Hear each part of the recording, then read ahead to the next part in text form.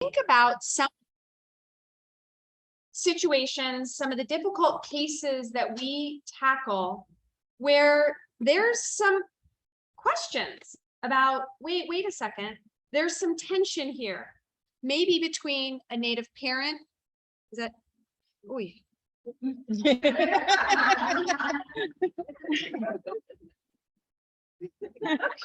We'll minimize it until you guys get started on your video. Thank you. Okay. Super scared. There's a tension sometimes in this work.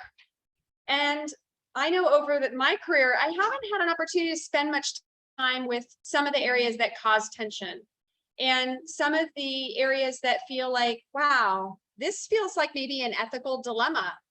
I'm not 100% certain where I go here. And those situations can rise in lots of different ways. We're going to watch a short movie, about 18 minutes, I think, that walks through one of the tensions that can arise, which is the tension between the rights of the tribe and the rights of a Native parent.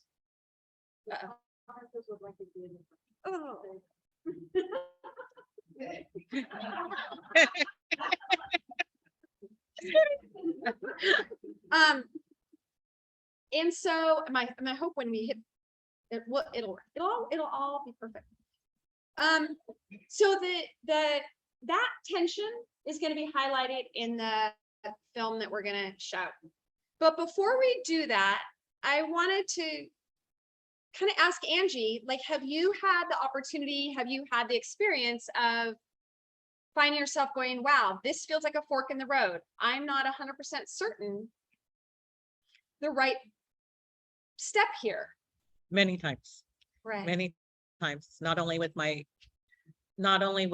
representing and advocating for my members of my own tribe, but also over the years consulting and now working through the Indian Child Family Preservation Program, faced with that same dilemma of representing the child through the perspective of the tribe, as well as what the parent or parents believe is in the best interest of that child. And when they don't meet up, it's definitely an ethical dilemma. Yeah.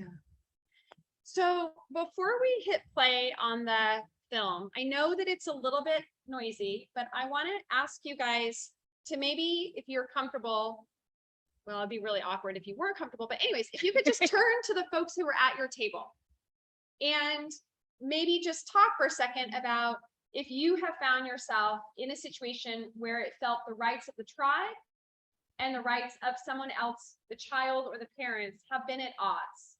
Now, we're not asking you to kind of hash it all out, but just give it 2 minutes, very briefly, just have a conversation about how that's either happened in your career, you've seen it somewhere, or, and this is, I think for a tribal leader, for example, what kind of difficulty, what are those ones that have kept you up at night? Not asking to have any confidential information disclosed in any way, but what are the ones that keep you up at night? I know, for example, I've had long conversations with tribal leaders when something involves family, but that's a real tension and really difficult sometimes.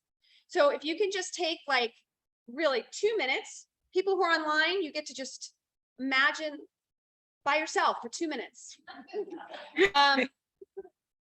Oh, okay, right, that'd be great. You can put it in the chat. Great. A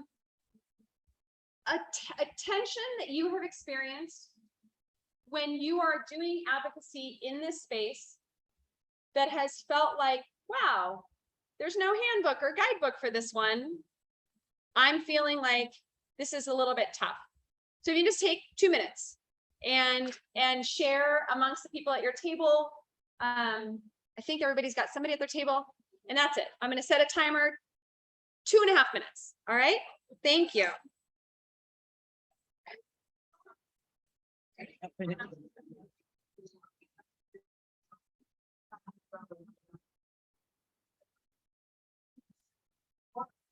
Okay. So be honest to my word. It is just that amount of time. Yeah. Online. chat. Chat. Right. I feel like this chat is like, it's like, everybody. Can't say anything but la, la, la. It started already and we missed it. Break that back and see the signage.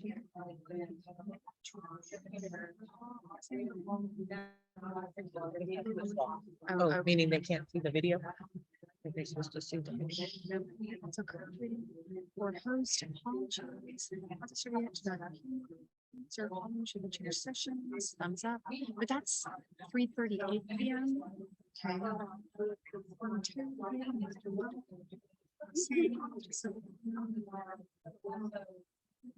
Just say a bunch of names. That's not us.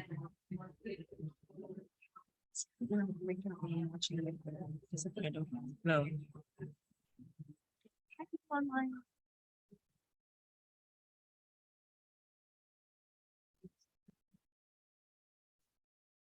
So maybe I can. Few messages. Everyone.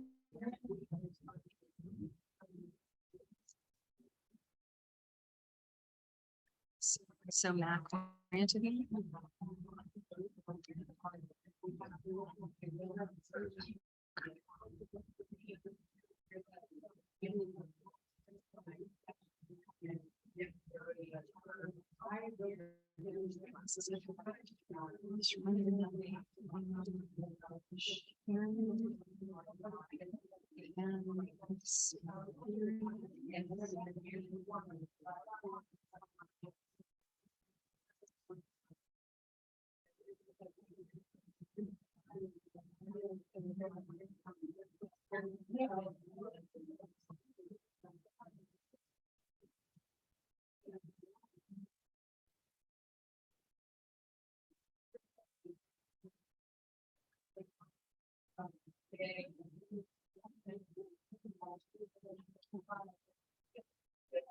I'm just gonna say, like, there's a sound mistake that I can't see Jack crap. Shouldn't cuss. 'Cause I'm-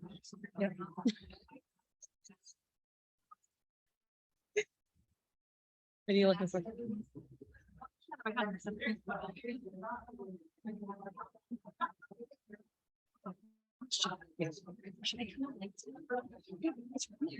Yeah. And it's gonna be when we got with these lights, the hitting one at the end.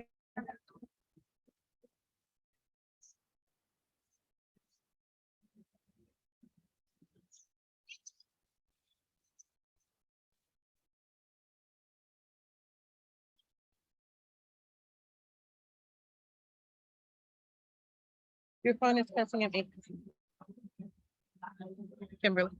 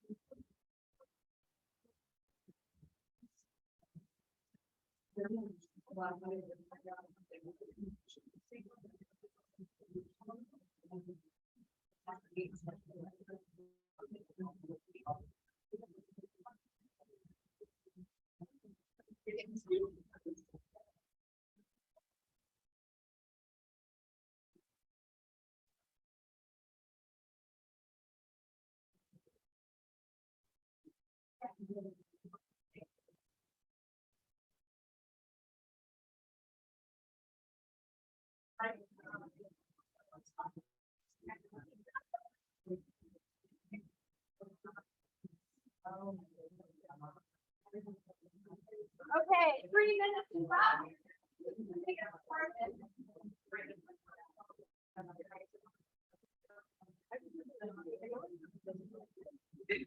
Okay. So a little bit of background. Thanks, you guys. Appreciate that. We're trying to trying to figure out how to turn the lights down a little bit so it'll be easier to see. But hey, if we can watch this through the pool party going on, I think we'll be okay if we can't get the lights turned on. We'll be fine. So very little bit of background. This is from a storytelling. Yay, the lights, guys. This is from a storytelling project out of Iowa. And I had not heard about this. Apparently it had made some news in the newspapers. Yes. And so we're just going to watch this, and I'm going to, how am I going to do this? I'm going to, no, that's great. This guy, make it big. Here. Okay. I know that much.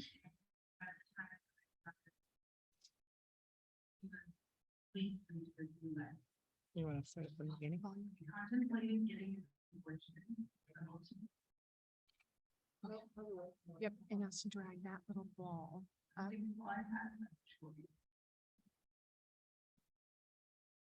drag this back. Can you hear? Yeah. I was 22 and became pregnant after one night. I immediately knew I could not raise a baby on my own. Father left for basic training. By the time I found out I was pregnant, he was weeks into his new life. I contemplated getting an abortion, but ultimately I decided on adoption. I had that choice. I think that my first and second trimester, I was just solitude, largely when my growing belly. I felt detached from my body. I think it was a way of kind of a self-preservation. By the third trimester, I knew I had to face this very real situation. And I began contacting adoption agencies. What ethnicity are you? Asked a lady at one of the agencies. Native American, I replied. And then the line went silent. It was then for the first time I learned of a federal law called the Indian Child Welfare Act, or ICWA. ICWA was passed in the 70s as a way to prevent Native children from being removed from their home. And if they were placed up for adoption, it ensured that they would stay within a Native home. Before ICWA, there was a disproportionately high amount of Native children being removed from their traditional homes and therefore their culture. Lady on the phone then told me I needed permission from my tribe to give my baby up for adoption. So I called Meskwaki Family Services, which is my tribe's equivalent to DHS, and I informed them of my decision. They told me that as long as there were no objections to my plan, that I could do what I felt I needed to do. I began reading profiles of men and women who so desperately wanted a child. And I eventually found a family that I liked in Indiana.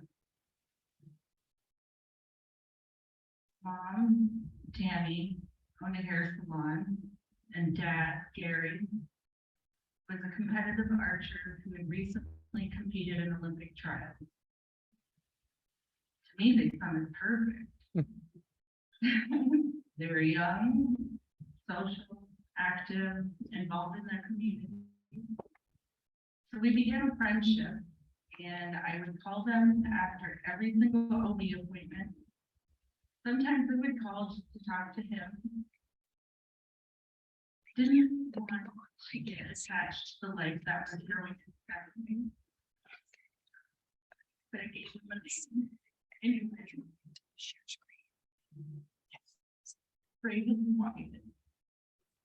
I'm going to pause for a second and see if we can figure out how to share with folks virtually. Yeah. And Orange. this, Nope, the little orange one. Right there. Up to the top one where you are. say, oh, wait, Right there. Right there. this, Yeah. okay, And then. I'll make it bigger. on the Share screen. should- where they should- There we go. this one. Yep.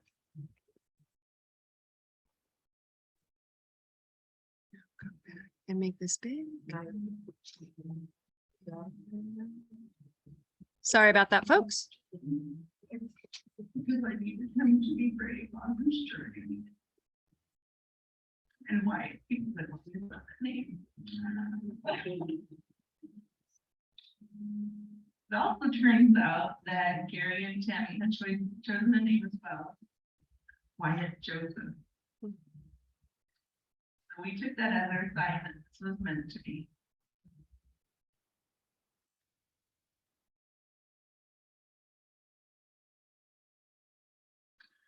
I spoke to Braven all of the time.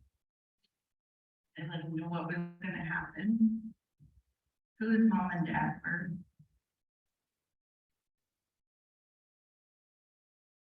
And I told him over and over.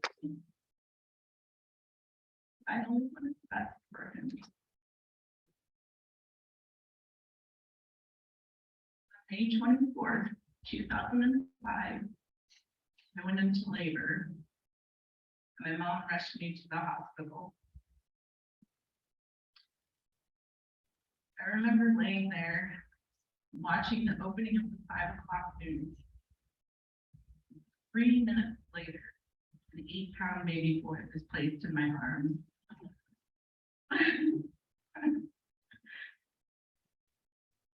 It was exhausting and painful. But I think I was relieved it was over. Or so I thought it was. Hours later, the Spartan Family Services came to the hospital room and it informed me that my father had raised an objection to my adoption plan to our tribal council. And I lost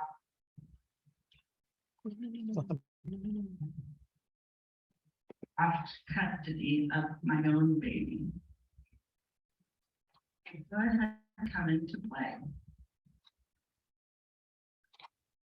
The decision to strip me of custody was made by my father and a tribal council comprised of all men. My voice as a mother, an enrolled tribal member, and a woman was effectively silenced.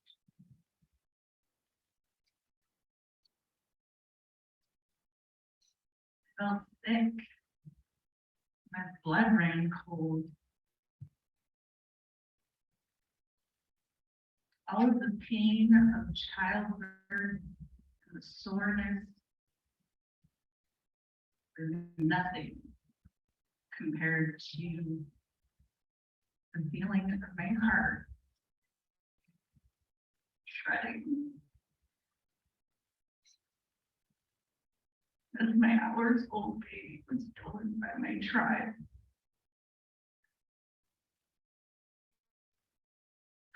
Gary and Tammy were holding Braven, as Musquatchie Family Services told us. I watched as her hope crumbled. Gary went mute. And Tammy sobbed those sobs that are so hard, no sound comes out. My relationship with my dad effectively ended custody. I decided to keep my son so that he would not be awarded custody. And I began a long process of reversing the tribal council decision. As the weeks went on, I became increasingly angry. I was only thinking, of my child's best interest. The better life I wanted for my son. I had done nothing wrong, and I felt like I was being punished. I told my story to a reporter, and after the tribal baby battle story aired, the floodgates opened. I was contacted by reporters all over the world. Oprah called me.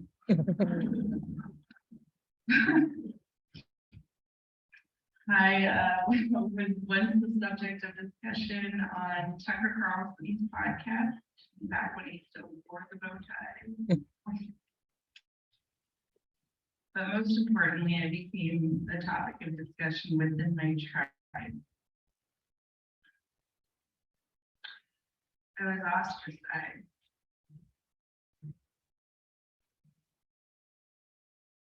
I was called names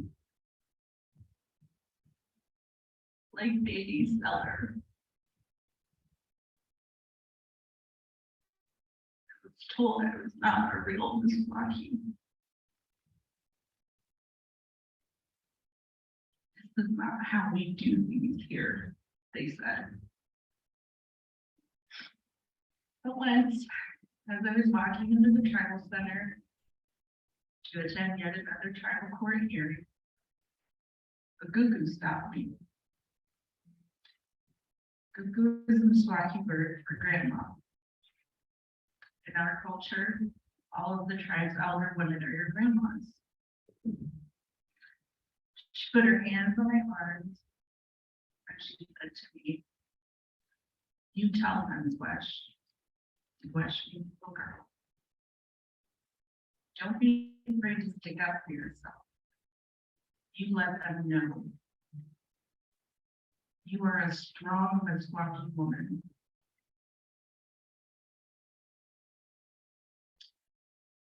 After months of struggle, I really realized I could not raise this child. I eventually gave in to my tribe, and Raven was placed with the Miswaukee family. I then began a period of self-loathing,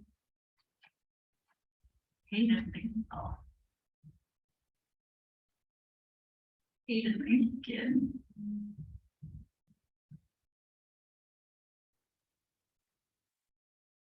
I hated my heritage.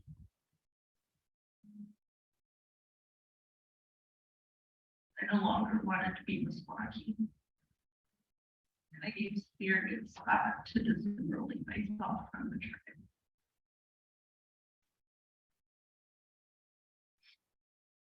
I then fell into a lot of bad habits. I followed an addiction in jail cells, in hospital psych wards, until I ultimately decided to leave Chima for good. I moved to Des Moines in the end of 2010. Here, I get to disappear. Nobody knew me. Nobody looked like me. It was like I was a ghost. But after a while, I began to feel like something was missing.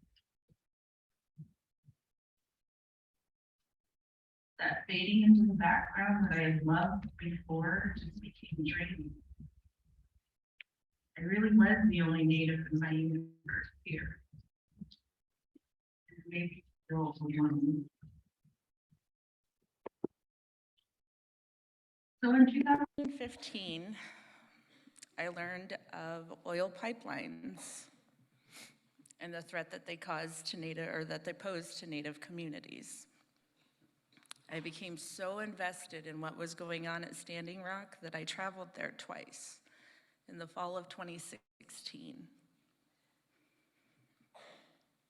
Being surrounded by Native people from over 400 tribes around the world filled me with warmth. It was like a home that wasn't actually my home. One morning, I took part in a water ceremony along the banks of the Cannonball River. And there it just all kind of hit me. I was sitting there listening to a prayer being said in another native tongue. And all I could think was, I wish I was home. As in that instant, my anger and my hate disappeared from my community. It was like a switch was flipped. Like my last puzzle piece was finally snapped into place. The culture that I had been running from all this time was exactly what I needed to feel whole. Sitting in that hospital room 14 years ago, I was obsessed with my choices, the good I wanted to do for my son, the better life I wanted him to have. But that's just it. I was only thinking of myself. ICWA forced me to think of the tribe, to consider the many instead of just one. It's decisions like my tribal councils that made me realize they were only protecting our bodies, our descendants, our culture, our history, and our way of life. The preservation of Indigenous cultures is the only reason why we are still here today. And continued preservation of our culture will ensure that we survive long into the future. Tribal sovereignty is paramount, and with time and perspective, that's become so clear to me. Last summer, my great uncle and my tribal chairman passed away. I knew I wanted to go home to take part in the ceremony to honor him. My drive to Tama was very anxious, knowing that I was going to see my family after all this time. But as I pulled up, all of my gukus greeted me with hugs. And my guku Betty said, "Welcome home, Gwesh." In that instant, I felt just immediately calm. I was supposed to be there.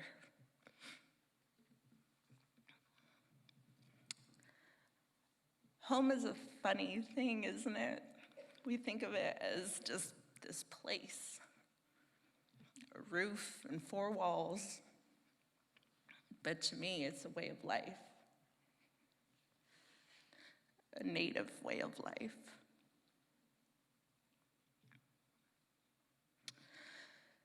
Gary and Tammy kept in touch with me for a little while after. I think it's because we were all scared just to let go. One of their final correspondences with me was to tell me that they had adopted infant twins. One girl and one boy they named Wyatt. A few weeks ago, I had the chance to spend time with my son for the first time since he was a baby. It was the day after his birthday, so I took him shopping. He picked out a Call of Duty game, a Nike t-shirt, some kind of gaming headset. And he also picked us out matching bracelets.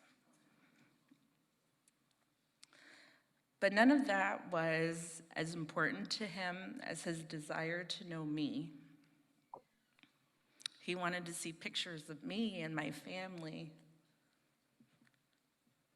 He wanted to find what he had been missing. He wanted his final puzzle piece. That is a feeling I deeply understand. It took me a while to come to terms with ICWA, but it did its job. It preserved this Native child the way that it was intended. And because of that, I know Braven will always have a home, a true home, in his place among my people. Thank you.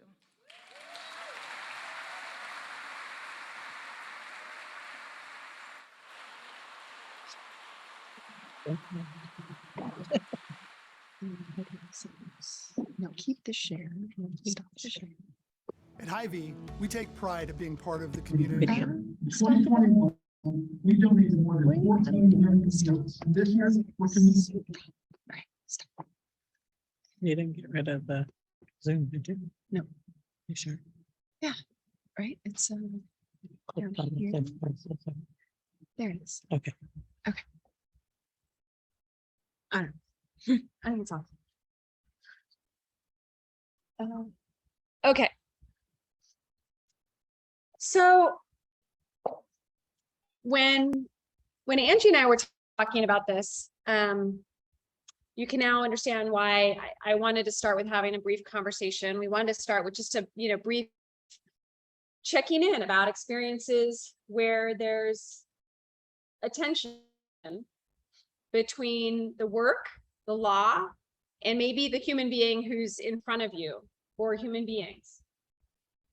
I'm going to speak just from the lawyer's perspective.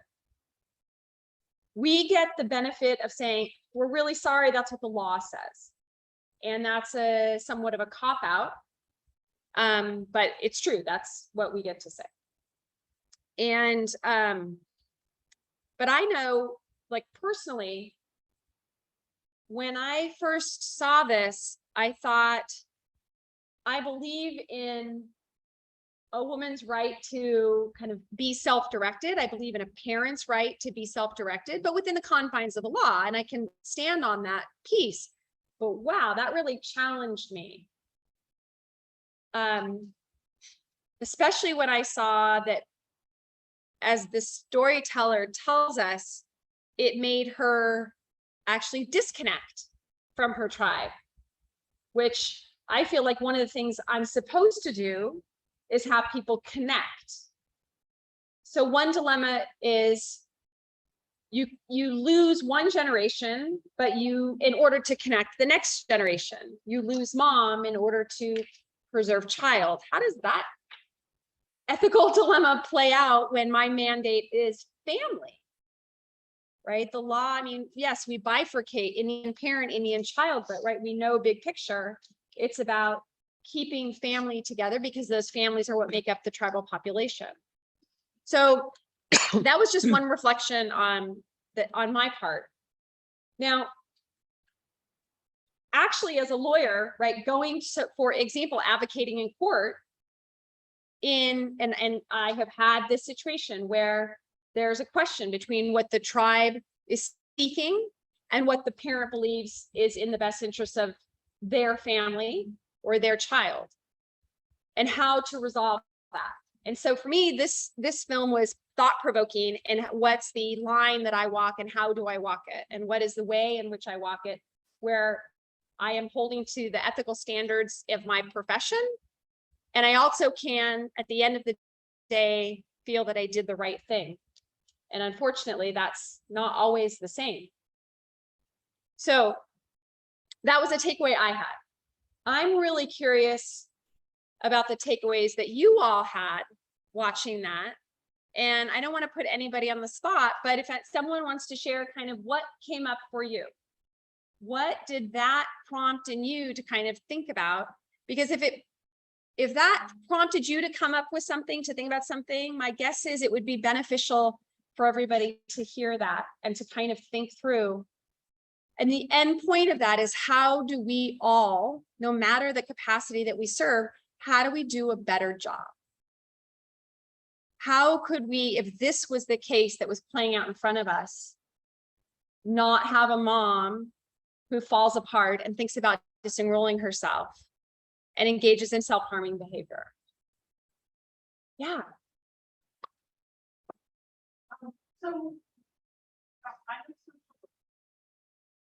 So what occurred to me was the things that I feel like at the end, mom got oldest and maybe so did the child. But my first reaction was she got set up, right? Because the tribal social worker said she could do anything she wanted as long as there was no objection. And her father didn't tell her he objected until he had the baby. And I feel like if there was more communication at the beginning, she could have been looking at brochures of people from her tribe who wanted to adopt and make a choice like that, and then feel like she has some agency. But what happened to her was she thought she could make her choice, and then it was taken away from her. And I just feel like, to me, that's where the disconnect was, and where it was less of a risk. Interesting. So in thinking about practice, a practice in which, and keeping in mind, this is a private adoption, not a dependency case. So there's obviously a very big difference. But when we think about why a mom like her feels unequipped to parent, we might be thinking about the same trauma that causes a parent to be in the dependency system. They're probably somewhat interlinked.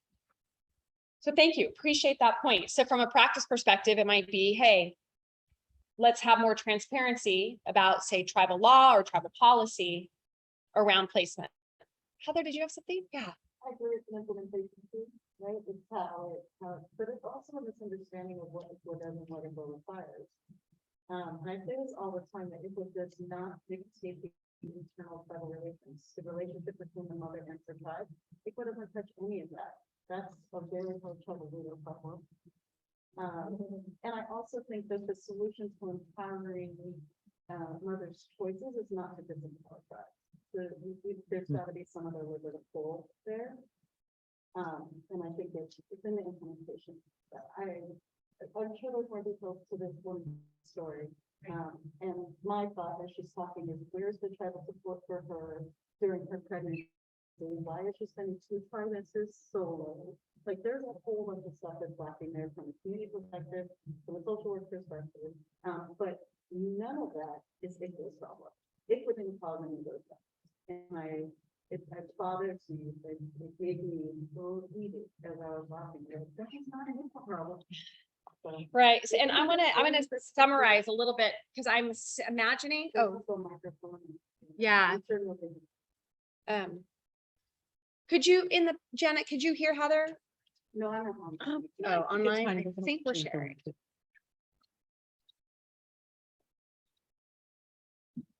Okay. And the gal in the back. Were you able to hear in the back Heather's comment? Okay, so I'm going to summarize a little bit. Okay. So Heather's point is that the tension, and I'm just going to encapsulate it in like the problem that occurred here was not caused by the Indian Child Welfare Act. It was caused by other factors. But what's interesting is that, why did Tucker Carlson or Oprah call? Because of the Indian Child Welfare Act. And so what that means is that the failure in implementation, if that's what we think it is, has really big implications when something blows up. Now, as a lawyer, my brain goes to appeals and press, right? And we think about those of us in the room who know about the baby girl case, right? The baby Veronica case. How did they get played? That was a private adoption, similar to this one. Had lots of facts that never came to light in public. But how did it turn out in the news? And that's important. This video is been seen millions of times, resulting from an article, and as you heard in her backstory, so huge implications, even when the story is fundamentally wrong, because it actually isn't about the Indian Child Welfare Act.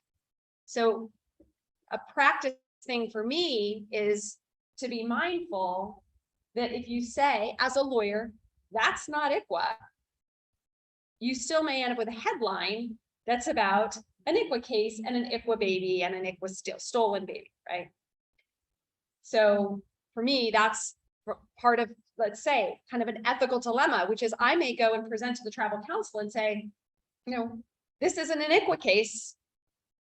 And I would be misleading them to think that that doesn't mean it's not going to present itself publicly as an ICWA case, which is really difficult. Yeah, man. Oh. Councilwoman McGovern. Every tribal council should watch that. And the whole nation. Because, I mean, pretty, I want tribal council to go. What is the hardest thing? We say that with our tribal council. Now, every tribe has a different goal. She did state her tribe ostracized, her tribe did shun her for this situation. Maybe that's the culture, I don't know. But I think everybody should watch this. My tribe, our constitution clearly states that it's our job to protect our citizens' health, welfare, cultural tolerance. The tribal council should have helped her. That's how I look at it. And again, I don't know the culture. If I'm looking at it from the perspective of my tribe, it's not my tribe. I think it's very much our council right now, because yes, you're supposed to protect that child. That child needs to go to the native home. So yes, you did the right thing on this site. You can't forget the family parents. You can't forget the mother. You still need to provide services for her. She's mad at you right now, but you can't let her walk away from you. So I'm upset that the tribal council didn't take care of that person. Even if they were mad, let's get the therapy. Let's help you explain this to you. Let's walk you through this instead of making her feel bad. She was just trying to make the best choice, which is what it was sometimes for us. Right. Make the best choice. Thank you. From my perspective, in my mind, I was waiting to say that about a month ago, I found out that someone I worked with for 7 years, that and their 2 children are in one time.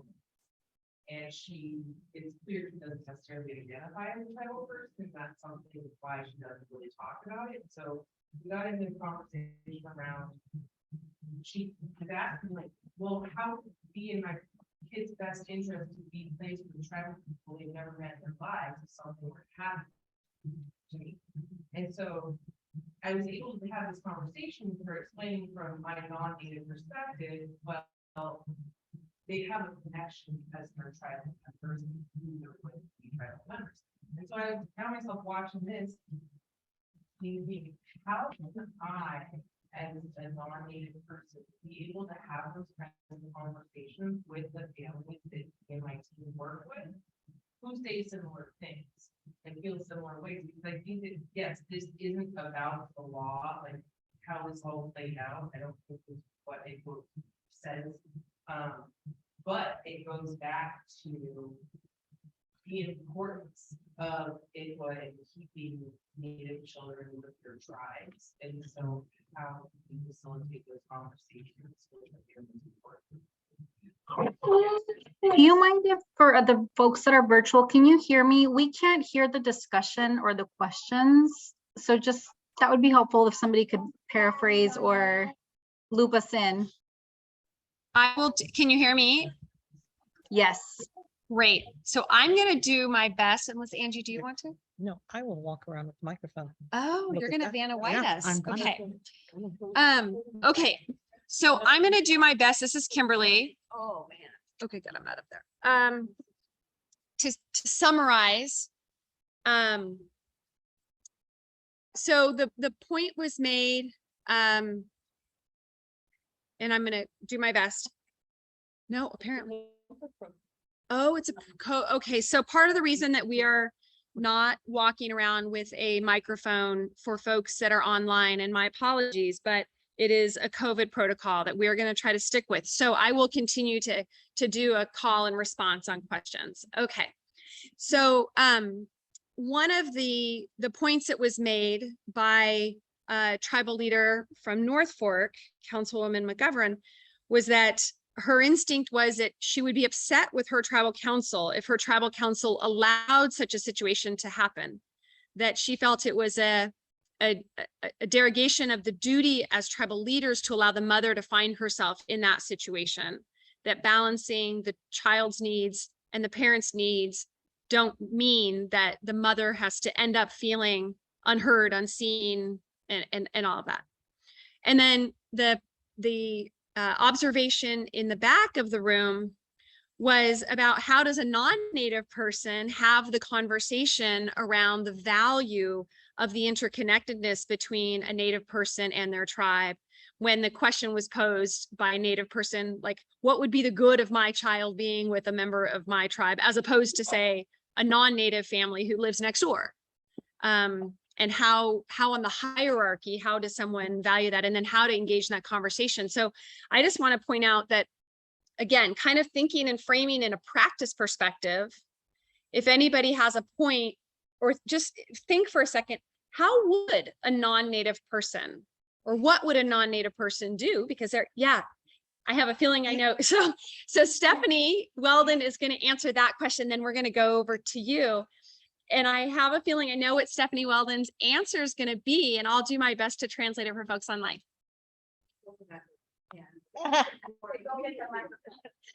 Stephanie, stand up. How's that? Will you stand? Okay, don't stand up. It's fine. So I think there's a couple of answers, and I'm sure there's way more tribal leadership groups, practitioners that have even better answers than I steer you towards. But both as a tribal person, and I'll get an OTA answer, but as a tribal mother and former practitioner, I would say that's the place and space of the tribal representative conversation. And you can be an ally by saying that, like, I want to encourage you to have that. Here's our understanding of it, but that's really an conversation to have with the tribe. And this is what we know what it was, and then we have to follow, because it is about the law, but how you deliver it and facilitate communication is really, really. And then that's also my OTA answer, but on top of that, OTA has resources and support to help facilitate how you need to have those questions. Because it is not on the non-native person to have all the answers. That's a relationship between the tribe to have. It's more so you can ally and facilitate the communication and share what the county perspective. Because the fundamental, what my reaction to this fundamental challenge is that it's about individualism versus tribal communalism. Very most non-native folks, I mean, I'm sure there are indigenous people who believe this way, but the whole American value of individualism and individual rights is in direct conflict. When most tribes do value that, and at the end of the day, they hold the rights to their people, the community, in the future, both at the sovereignty level, but even more so at a cultural level, which we live in. So we take care of them, we make relatives, we bring people in. Most tribes have those values, cultural values. So that's why that's such an intimate conversation between their tribe and their. Okay, I'm in the very unenviable position of trying to take that beautiful articulation and restating it. I think the people online can only hear through this bar. So Stephanie, you want to come all the way up, stick your race.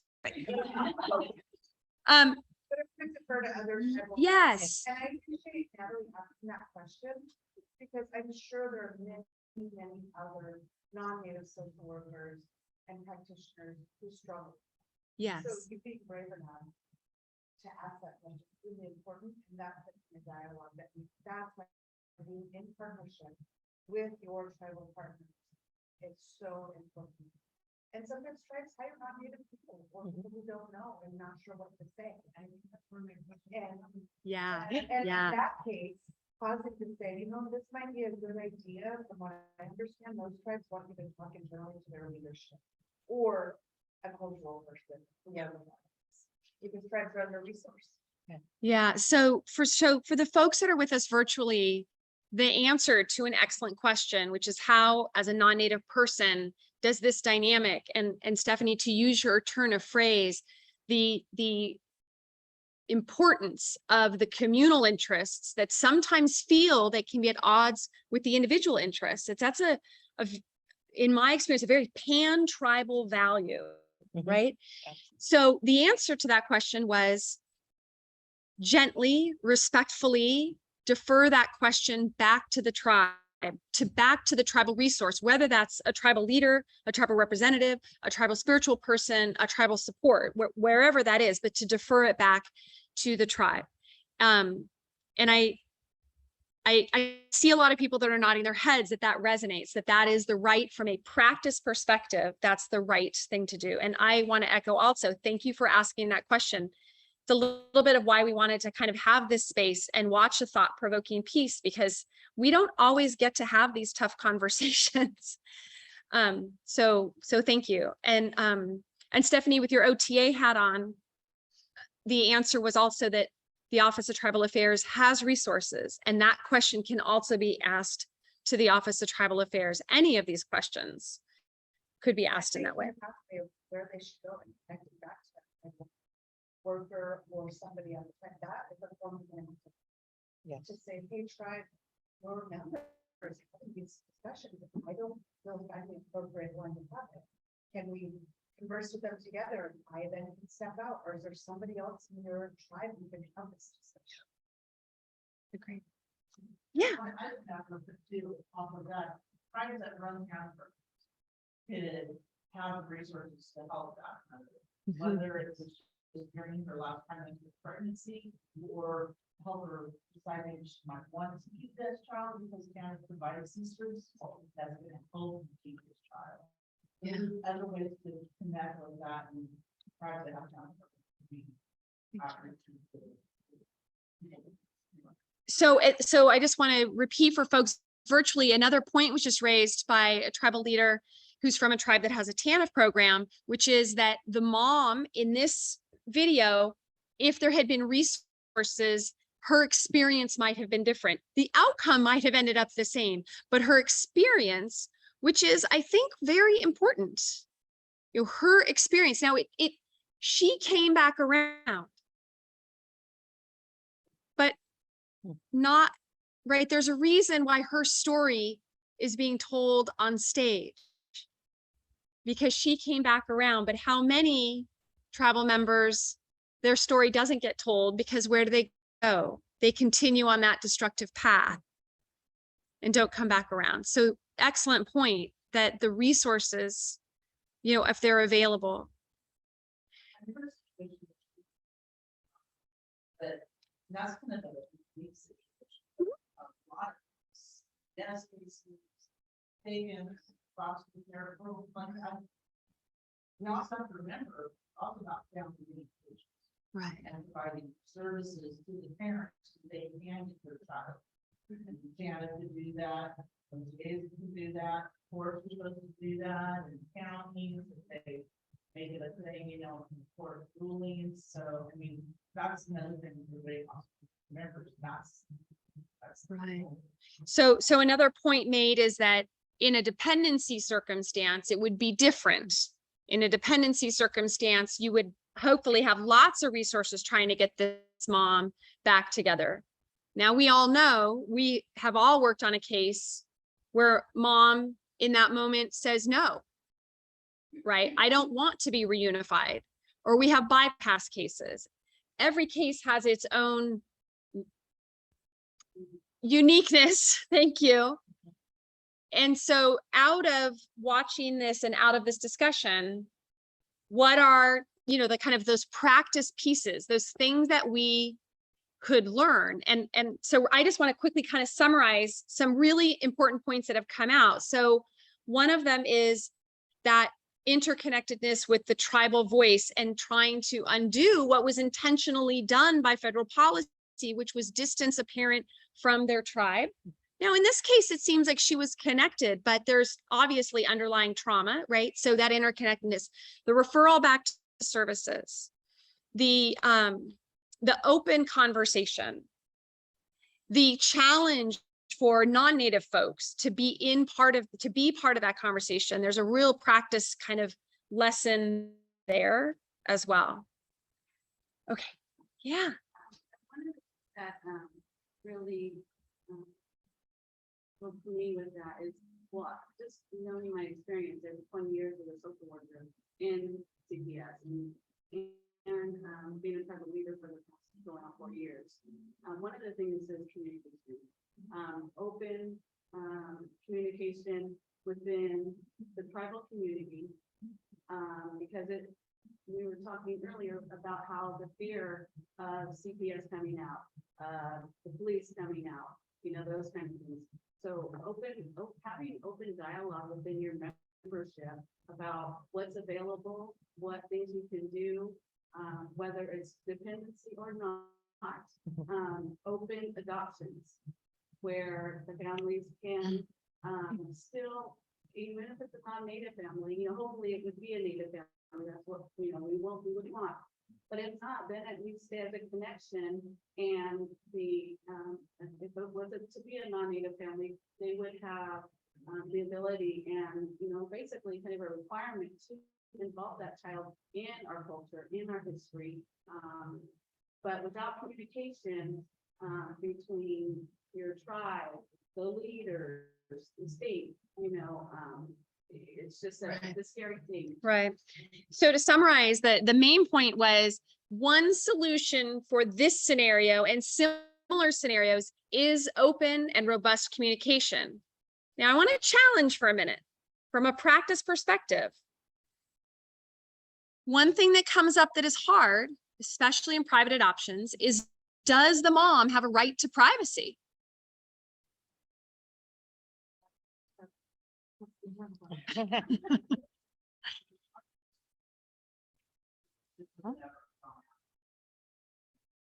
So, Confidential, it gets out there. One of people. So that's my tribe. That's right. So one practice within one tribe is that a matter would be confidential. Does that lean against maximizing communication? Does that lean against maximizing resources? I think there's a tension there sometimes. And the reality is, right, I mean, in Indian country, there are very few secrets when it comes, right? I mean, it's really, really hard. Right. Right. Right. Council. Right. Which she did start trying to do the court hearing. I'm assuming it's a private court. Yes. Yeah. Right. So, right. Right. Even the tribal court session. Right. Are you asking privacy in the Western way of Right. privacy? Yeah. Right. Is it, when we say confidentiality in a very lawyerly way, that might be different than the sense of privacy and being careful and being conscious that this is a very personal matter. There's a difference there. So me coming in as a non-native lawyer, confidentiality, right? And yet there needs to probably be communication, which will involve sharing information. And I may say, no, you can't do, this is a confidential matter in my very lawyerly way. And that may run up against a tribal way of thinking, worldview, culture, tradition, whatever it may be, right? Might run into it. And that's hard. right? Because I actually have certain requirements that the state bar requires of me. And so then I'm going to need to lean in, and my client is the tribe, right? I may have concerns about the needs of that parent. Who do I, how do I balance that? So I don't have an answer for that. I'm just positing the question that's a tough one. But I think that the practice takeaway from that as a practitioner, a lawyer or a social worker, whomever, is know if there's this expectation of confidentiality in a Western way, or what the expectation from a cultural perspective is on privacy and being respectful with that information. I mean, family finding in and of itself, there's lots of ways, you're going to have to talk to the enrollment office and she's related to so-and-so. I mean, it's very hard, but if you have asked the question as an advocate, if you've asked the question, at least you know what the parameters are, and then you can start from there. But I'll tell you, for the first probably, 5 years of my practice, I had no idea. I assumed everything was I would lock down. I wouldn't share a thing with anybody. Not a thing, right? Terrible. So, yeah. I would add to that. And part of the communication would be that this young mom would know, like, what happened with her dad stepping in, like that would, it would be a known fact, for any tribal member or, young adults or, that this was the process. And so just so you're prepared, this is what could happen or could not happen. And I think that, it's just it's not communicated. Yeah. So, potentially just in this situation, have the mother known this was a possibility that her tribe could step in, who knows what, whether, whether it changed or not. But I think that at least that would have given her the ability to, be aware that this could happen and not be just thrown into, even furthering her trauma. Yeah. So the point for folks online is just that, again, we get back to this idea of empowering the mom with information about expectations, about practice. That could be empowering a parent to know that there's a tribal court option. There's a state court option. It could be empowering a parent about services that are available, but to really think about how that communication could make an extraordinarily big difference in outcome. And I don't know that we're always able to hold that all the time. Like, the power of this conversation that I'm going to have with you could actually direct the outcome of this entire case. It feels that feels weighty and heavy. But the conversations that you all have, the conversations that we all have great weight. I feel like Janet had something to say.